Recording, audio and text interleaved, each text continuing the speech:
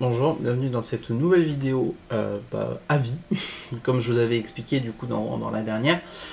J'ai enchaîné 2 séances de cinéma, le premier étant Le Robot Sauvage, et comme vous avez vu le titre, cette fois-ci on va parler du film Vaiana 2, que j'ai vu juste après. Et qui rentre du coup toujours dans le cas des vidéos de l'avant. Voilà. Donc je pense que au niveau de l'intro, j'ai bien placé les choses, j'ai bien dit ce qu'il faut là, j'ai pas besoin de blablater plus longtemps. Cette fois-ci, ça va pas être aussi positif que Le Robot Sauvage, étant donné que Vaiana 2, j'avoue que c'est pas le Disney de la décennie, clairement.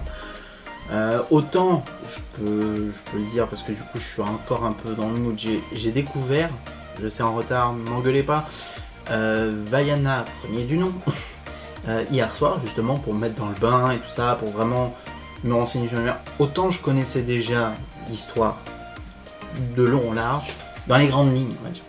Mais c'est vrai que j'avais pas réellement vu le film, qui est sublime. Le premier, vraiment, il est super bien. J'ai beaucoup apprécié. J'ai trouvé super. Autant le deuxième, on va dire qu'il n'y a pas de quoi casser 3 pattes à un canard. Chose importante, attention spoiler. Voilà, comme ça vous pouvez pas dire que j'ai pas prévenu. Il y a des spoilers, si vous n'avez pas vu, foutez le camp. Vous mettez un like et vous partez, s'il vous plaît. Ça va être assez compliqué de donner un avis tranché en fait sur ce film, étant donné que je suis encore un peu très indécis. C'est très français ça. En vrai, déjà pour ce qui est de l'histoire, Vaiana a une mission de la part des ancêtres, c'est de sauver une île qui permettait aux voyageurs de se retrouver en plein milieu. Et ainsi commence la quête du sauvetage de l'île maudite par une divinité. Concrètement, en termes de film, alors, il y a de l'idée, c'est pas le souci, mais c'est tout le processus derrière le film et l'histoire en elle-même. Concrètement, il faut déjà savoir que ce film ne devait pas être un film. Au départ, Vaiana 2 était une série, et malheureusement, ça se sent un peu dans le montage, qui est par moments très bordélique, si je puis dire, parce que ça va en partie dans tous les sens, mais c'est surtout que... voilà. J'arrive pas... En fait, c'est ça le problème, c'est que j'arrive pas à mettre des mots concrets sur mon ressenti, parce que je suis très perplexe et perdu. J'aurais tendance à dire, comme d'habitude, allez le voir par vous-même pour vous faire votre propre avis, parce que c'est plus simple comme ça, clairement. Alors je sais, je regarde sur mon téléphone parce que j'ai un peu listé tout ce dont je dois parler, ça sera plus simple pour moi. Ça. Donc déjà, du coup en termes de scénario, c'est vrai que il y a une bonne idée dans le fond, mais c'est l'exécution derrière qui est un peu moyenne, voilà. Et le problème c'est que ça se ressent que c'était une série parce qu'il y a des moments où il y a des coupures un peu qui font transition pas prévues à la base. Je sais pas si c'est assez clair. Ce que je veux dire, c'est que c'est comme si on sentait à quel moment un épisode s'arrêtait et un autre commençait presque. C'est horrible, hein, mais j'ai vachement ce ressenti. En plus, il faut savoir que à l'ancienne, les suites Disney, c'était ça. C'était des courtes histoires, généralement 3 courtes histoires, assemblées ensemble qui faisaient un film et c'était diffusé et c'était directement disponible en cassette. Et j'ai l'impression que Vaiana 2 fait partie de cette branche-là. Autant on a eu de super suites à des films Disney, j'exclus les Pixar qui sont vraiment à part, hein, mais en termes de suite Disney, on a eu... en fait, j'en ai qu'un en tête, c'est La Reine des Neiges 2, parce que, voilà, ça a vraiment été un carton plein, en tout cas pour moi j'ai bien aimé. Chose importante aussi au niveau des personnages. Ce film nous a clairement présenté une méchante. Voilà, déjà c'est vraiment une méchante. Autant la divinité, c'est, on va dire, une espèce de boss final. C'est-à-dire que c'est l'objectif à atteindre. Le vrai antagoniste, c'était clairement...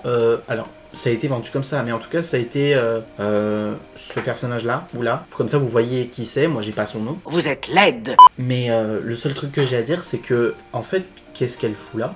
Vraiment, elle est inutile. Elle n'a vraiment, elle sert à rien. Elle est juste là pour une chanson et bye bye. C'est triste à dire, mais elle est introduite au début de l'histoire comme étant un personnage assez imposant, qui a une puissance, qui a un charisme, qui fait prisonnier Maui, carrément. Tout ça juste pour s'amuser, pour se foutre de lui.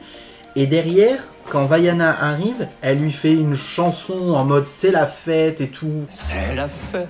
À la manière de Tamatoa, j'ai envie de dire. Elle l'aide carrément à s'en sortir et elle cherche pas à les arrêter ou quoi que ce soit. Donc, c'est la méchante, mais elle... voilà. Tu sais que j'avais déjà parlé de Wish dans mon avis sur le robot sauvage, mais c'était pour l'animation. Là, en fait, je vais plus parler du méchant de Wish. Magnifico, c'était vraiment quelqu'un de très orgueilleux, qui avait son caractère. Comme tous les méchants, ils ont des problèmes, mais généralement, ils ont plus de profondeur que les personnages principaux, ou juste c'est eux, ou eux sont juste les héros. Les méchants, ils ont vraiment un vrai background. J'ai un background. Là, elle, rien du tout. Vraiment, hein, c'est horrible, mais elle est là, mais elle est plus là. Elle est là, mais tu sais pas pourquoi. Non, vraiment, concrètement, je me demande quelle est son utilité. Alors, si c'est résolu dans une autre suite, parce que oui, au vu de la scène post-G qu'il y a dans le film, il y aura clairement une suite. Ça, je n'en doute pas. Cependant, et là je reviens un peu sur le premier film, mais le premier, on voyait vraiment une histoire continue.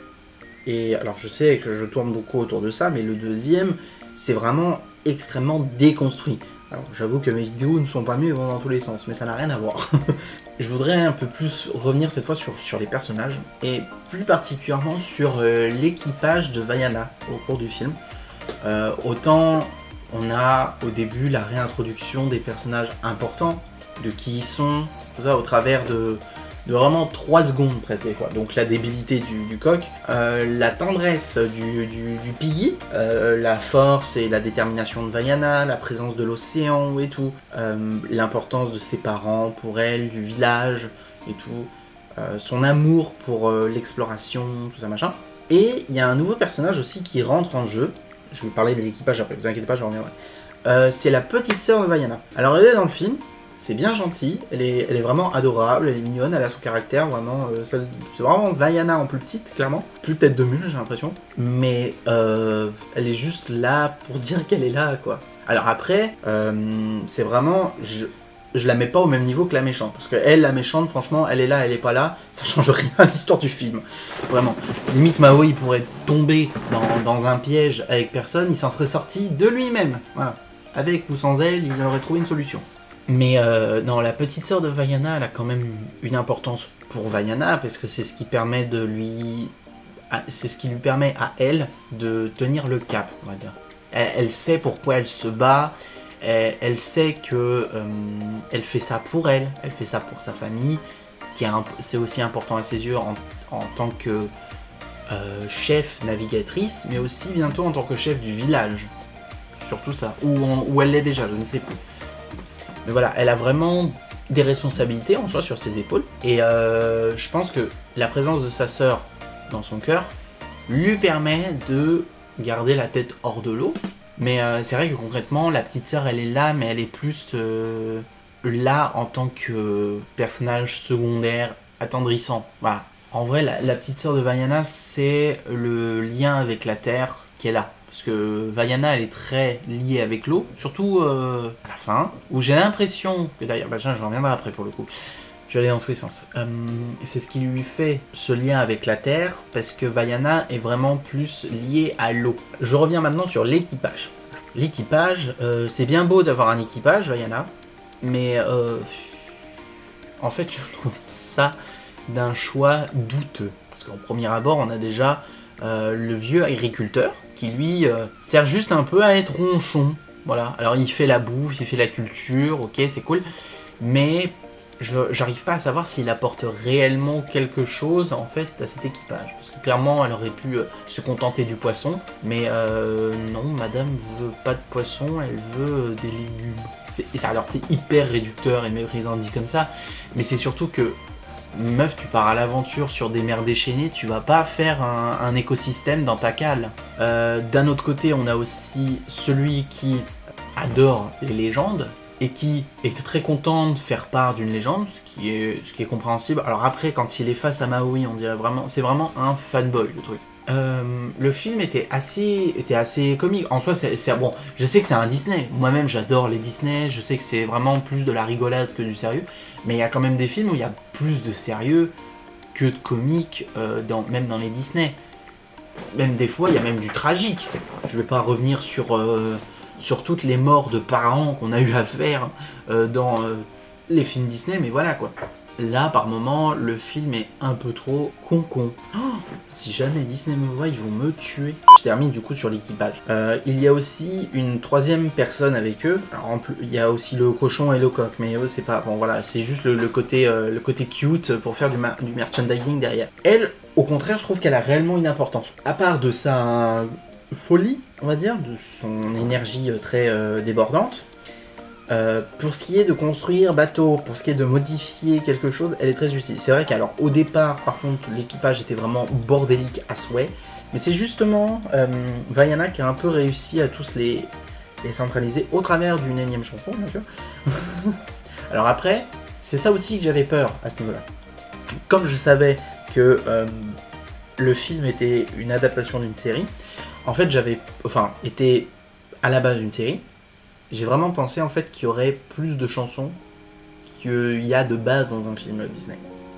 Parce que clairement, je me suis dit à tout moment il y a une musique par potentiel épisode prévu de base. En soi. C'est beaucoup d'avoir genre une musique pour 10 minutes d'épisode on va dire.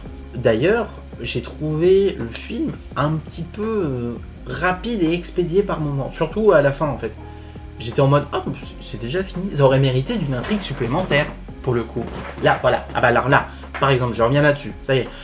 La méchante, entre guillemets, hein, quand Lil revient. Voilà. Parce que elle, apparemment, elle ne peut pas se libérer tant qu'il y a la malédiction. Et ben justement, parce que ça a été mis que dans la scène post-générique. Mais si c'était vraiment une méchante, une fois la malédiction levée, ils auraient pu rajouter une intrigue d'au moins 30 minutes sur cette méchante qui sort de son espèce de prison et qui du coup révèle ses pouvoirs, prend le contrôle des mers au travers du lieu qui connecte toutes les tribus ensemble, et là elle aurait vraiment eu un intérêt, parce que mis à part l'utilité de la phrase « il y a toujours un autre moyen » ou un autre chemin, c'est vraiment la seule utilité qu'elle a eue. Elle a pas vraiment eu de forte utilité dans ce film. Du coup je reviens aussi sur autre chose que j'avais en tête, Vaiana et son rapport à l'eau. À la fin, Vaiana vit un peu la même chose que ce que a vécu Maui à la fin du premier, c'est-à-dire qu'il a vécu une grande aventure, il y a des tatouages qui se forment sur lui. Et là, c'est ce qui arrive à Vaiana. Le truc étant, lui, il a son hameçon magique et elle semble avoir aussi sa pagaie magique. On n'a pas eu de réponse à ce sujet, mais est-ce que Vaiana serait devenue une demi-déesse au même titre que Maui? Je veux dire, ça serait vraiment expéditif et même pas expliqué. C'est comme s'il fallait nous qu'on le devine. C'est assez perturbant, en fait. Je comprends pas. Parce qu'à la fin, elle met sa pagaie dans l'eau et c'est comme si elle traçait elle-même la route de l'eau. Et que, alors au départ, la route, elle n'était pas sous son contrôle. L'océan, pardon. L'océan n'était pas sous le contrôle de Vaiana. Elle était plutôt là comme une amie, une aide amicale qui était présente et tout machin.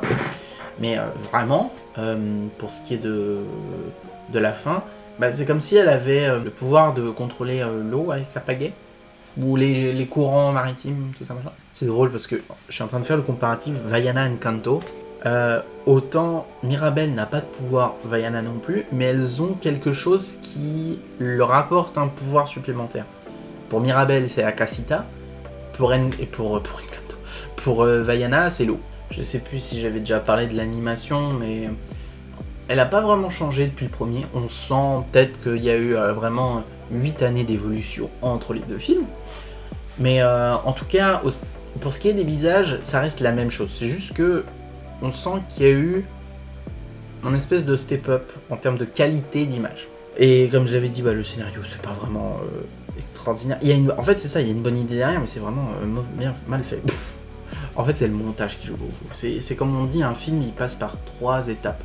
Genre, l'histoire d'un film, elle change 3 fois. Il y a le scénario, il y a le tournage et il y a le montage. C'est pour ça que souvent, il y a les réalisateurs qui sortent leur fameuse Director's Cut. C'est vraiment une version faite aux yeux du réal. Alors après, comme le premier, c'était très... il y avait des moments très poétiques, très beaux, les couleurs étaient super belles. Franchement, pour ce qui est de l'image en elle-même, de l'utilisation des couleurs, c'est sublime. Ça, il n'y a rien à redire à ce niveau-là. C'est vraiment très très beau. J'ai même eu beaucoup de frictions à certains moments, juste l'utilisation de la musique, avec la lumière, le plan, la séquence en elle-même. Non, franchement, il y avait des choses très très belles. En tout cas, j'espère que cette vidéo vous a plu. Si c'est le cas, n'hésitez pas à vous abonner, partager, commenter, liker la vidéo, ça me ferait vraiment plaisir. Activez la cloche des notifications pour savoir quand je sortirai une nouvelle vidéo, surtout ce mois-ci où j'en sors, j'essaye d'en sortir une par jour en tout cas. Suivez-moi aussi sur mes réseaux sociaux pour savoir quand je sortirai une nouvelle vidéo et en être informé. Sur ce, moi je vous souhaite une bonne journée, bonne soirée, tout ce qui s'ensuit. N'hésitez pas d'ailleurs à me dire en commentaire ce que vous avez pensé du film. Je vous dis à la prochaine pour une prochaine vidéo. Sur ce, portez-vous bien et puis au revoir. Ciao.